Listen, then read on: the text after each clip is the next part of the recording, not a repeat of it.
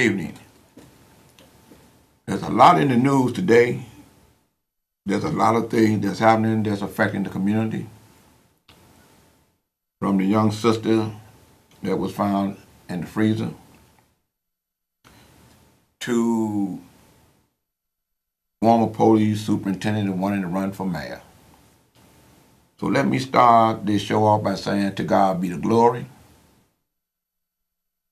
And let me say this show wouldn't be possible like all the other shows that I've been blessed to do if it wasn't for the chairman of United in Peace Inc., who happened to be the producer of this show, the executive director, the everything to make this show go.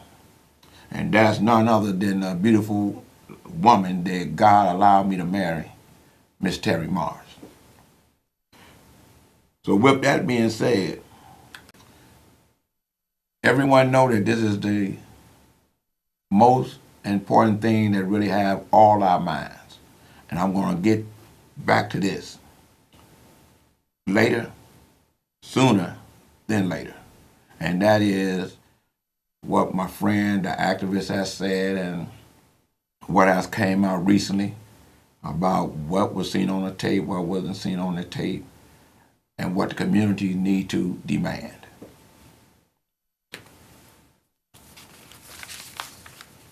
You know,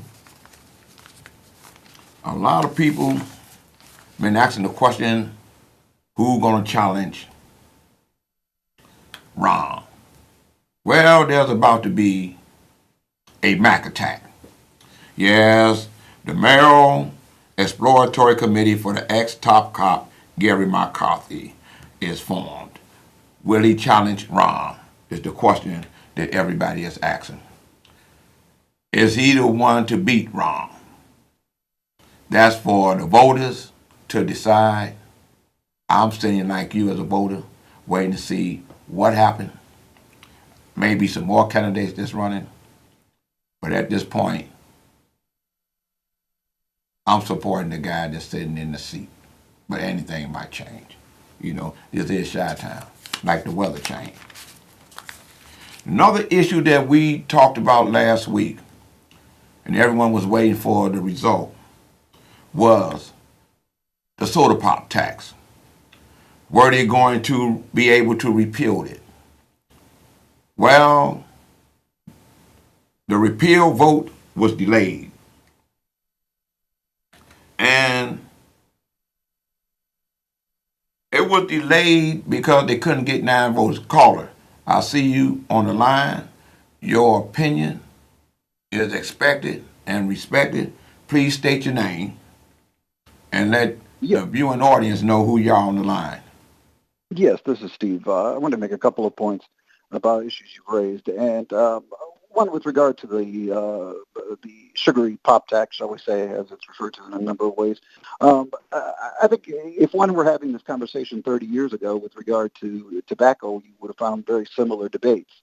We were able to cut the use of tobacco in this country and the diseases associated with tobacco because of exactly these kinds of policies. We made it very difficult to be a smoker in America because it was very prohibitive in terms of cost to buy cigarettes.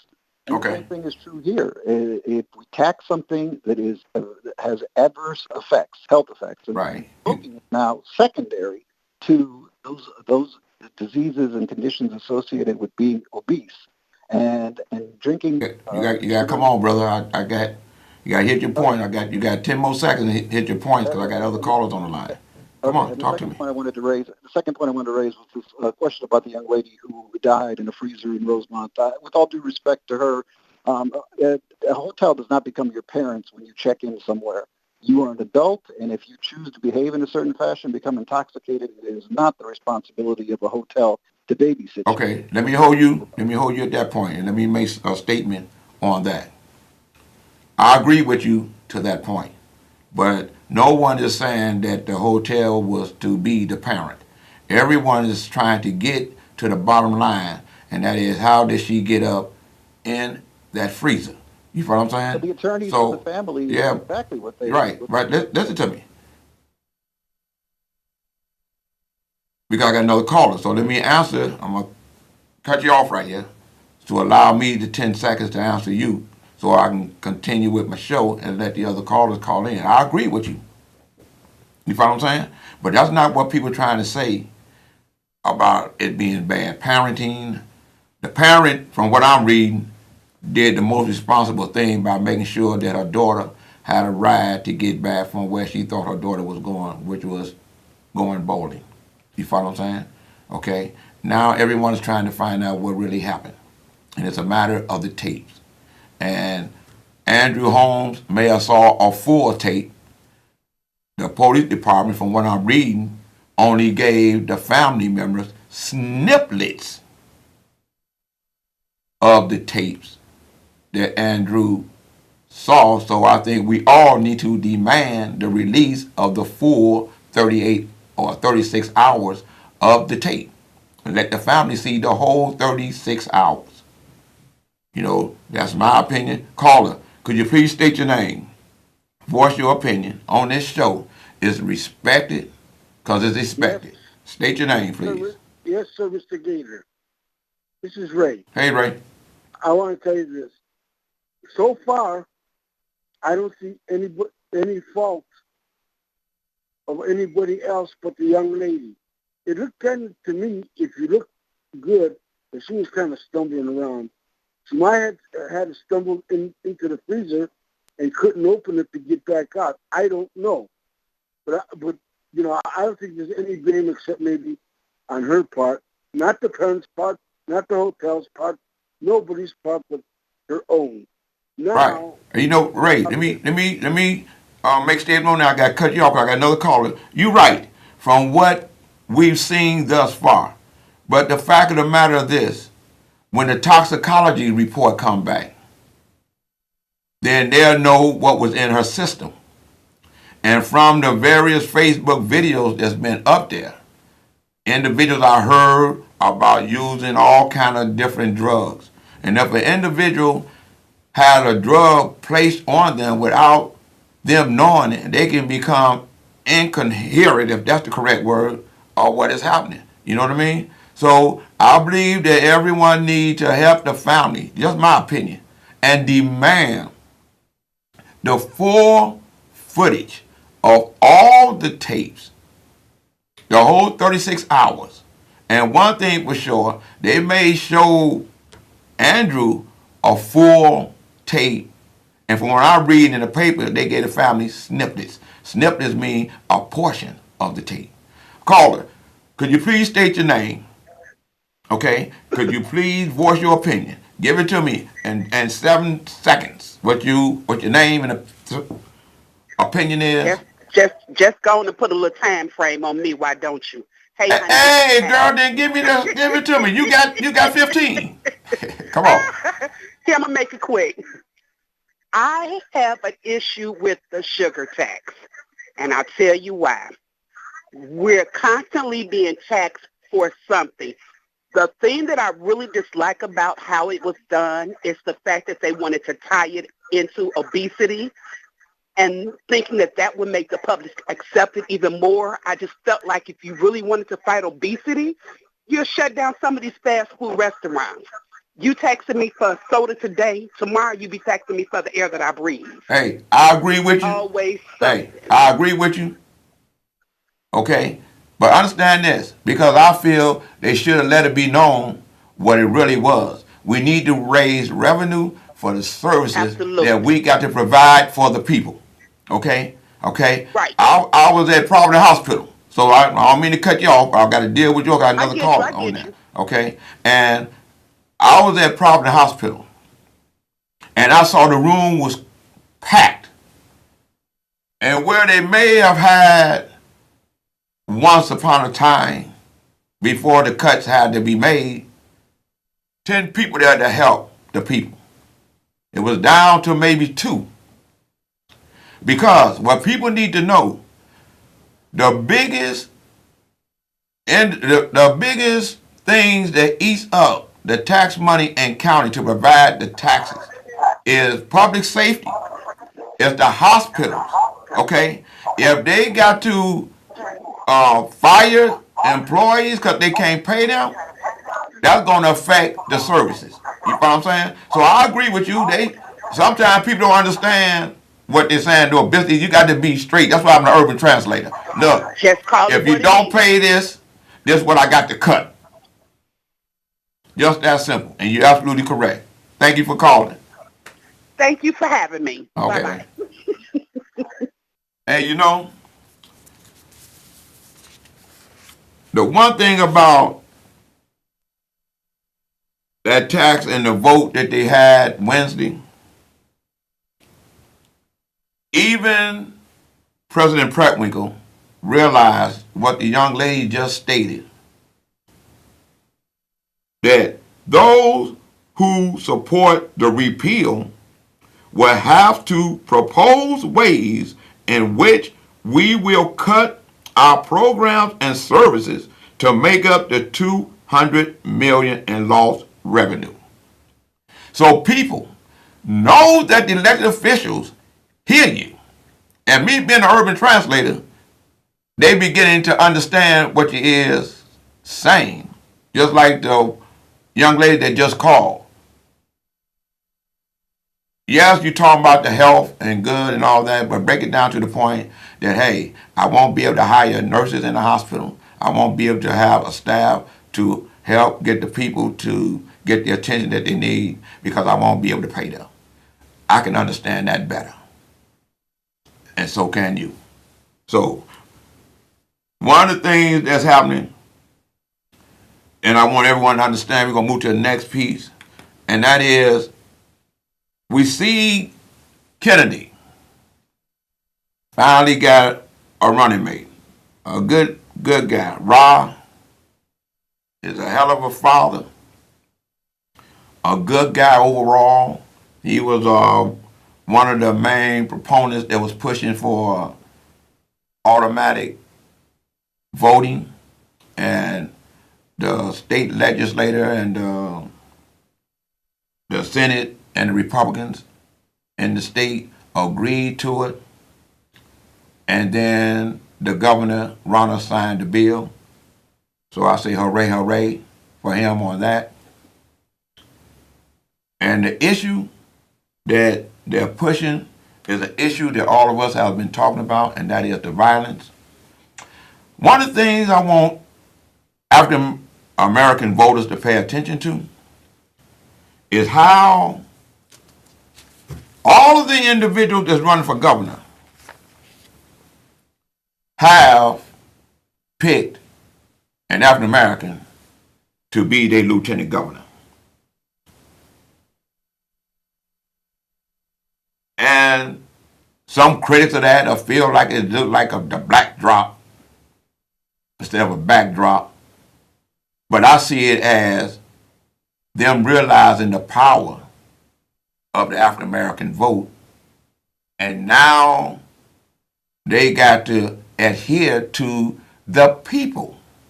And the people need to demand that just because you got African American as a running mate, we want the African American agenda to be a part of the platform and this election. Like the Latinos agenda, the gay and lesbians agenda, the lawyers that feel like they ought to represent the state and the contracts, the different consultants and lobbyists feel their agenda ought to be addressed. When Jesse White endorsed Pritzker, he let it be known that he's concerned about everyone's agenda being a part of his platform. African American, Latino, gays and lesbians, I say kudos to those that have a running mate that's African American, only because I'm African American. And even T.O. Hartman got an African American running mate. You follow what I'm saying? So I'm saying kudos to this because the election is jumping off. They finally got the petitions out there on the street, to get it going. So voters,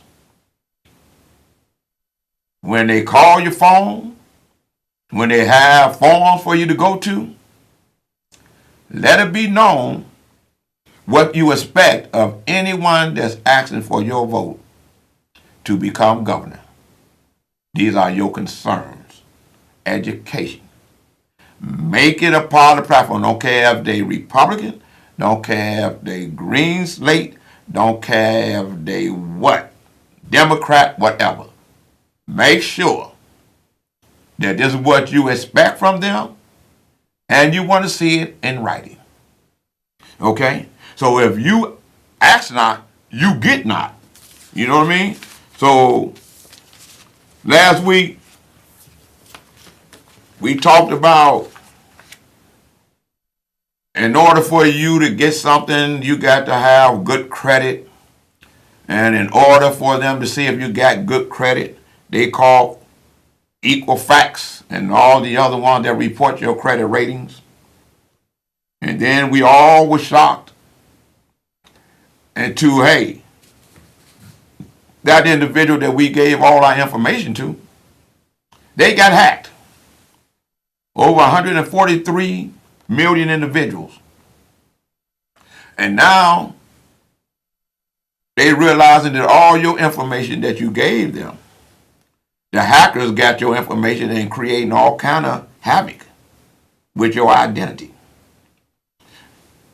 If you were to call in to see if your information was hacked, and they're going to ask you the same questions.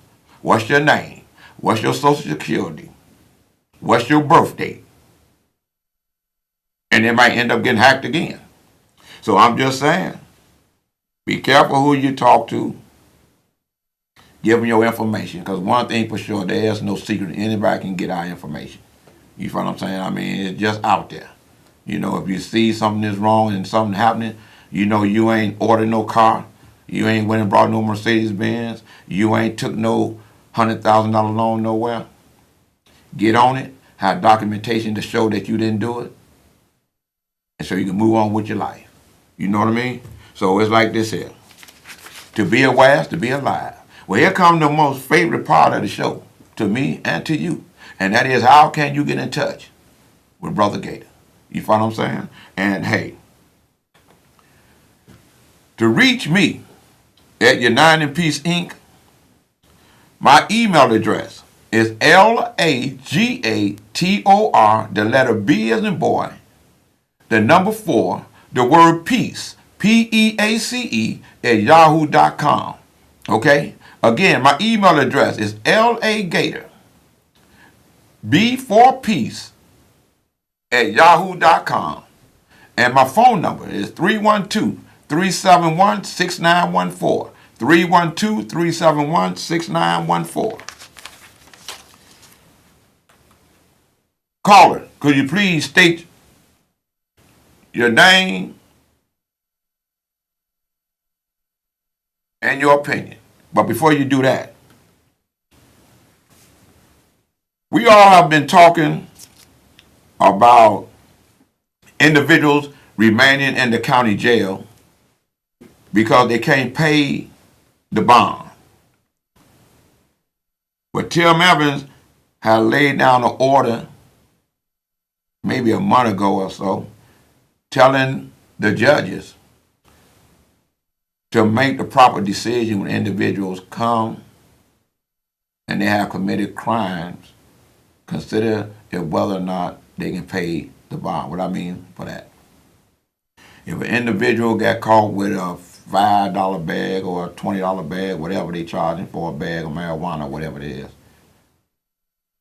he can't pay a $100,000 bond. And they get it down to $10,000. He can't pay the $10,000, which would be $1,000. And he get to $1,000 and he can't pay the 10%, which is $100. So they was making provision to find a way to let them out by monitoring or whatever it is. Tim Evans today sent out a press release for immediate release where Tim Evans names judges to serve in the pretrial division. It says, Chief Judge Timothy C. Evans announced today the judges who he has assigned to the new pretrial division of the Circuit Court of Cook County. So he bringing in a whole new crop of new judges who going to adhere to the order that he has set. The appointments are effective Monday. That's next week. And the new division accompanies an order that Chief Evans signed in July to change the cash bail process in the Circuit Court of Cook County. The order states that if a bond court judge determines a defendant qualifies for release from jail before trial upon posting a cash bond, the bail must be set in an amount that the defendant can afford. Chief Judge Tim Evans, I want to say, on behalf of the residents of Cook County, hooray, hooray, and hooray. You know, sometimes we elect individuals, and I'm saying this to all the people that pay attention to this election that's coming up in 2018, the judicial elections. So go to the end of the ballot and pay attention to those judges. As a matter of fact, pay attention to the judges that's running to be elected. Go to the various judicial forms and the various sub-circuit, be it sub-circuit 2, be it 15, be it 5, be it 8, whatever it be. Pay attention to those that's running countywide for judges. And pay attention to the retention of the judges that's on the bench, be they Supreme Court judges, appellate court judges, circuit court judges. It's up to you. To be aware is to be alive. Something else that I want to bring to you, that is public record now, that Mark Maxson, September 27th last year is when he was released. October 27th last year is when he got a certificate of innocence for a crime that he didn't commit. We coming up on a year celebration.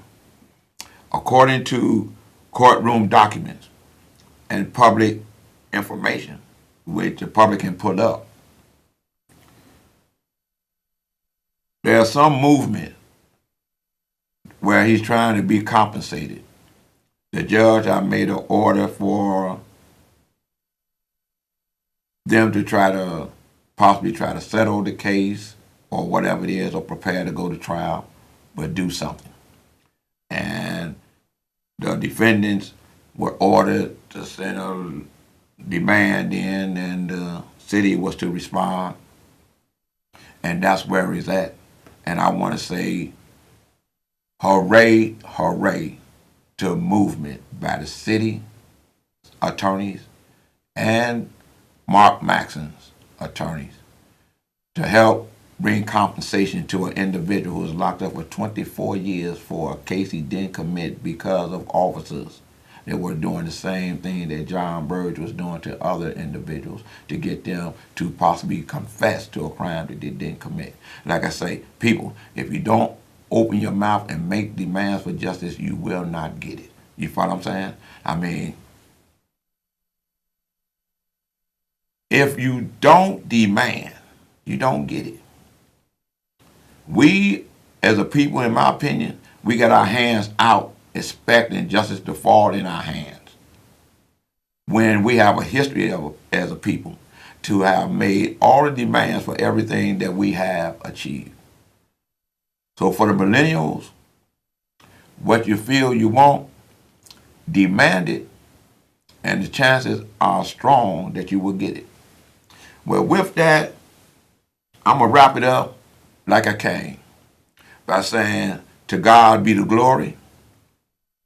And I thank God for my loving wife, who is the executive producer of this show, the producer of this show, the executive director of this show, and the chairman of United Peace Inc., Miss Terry Marsh. See you next week.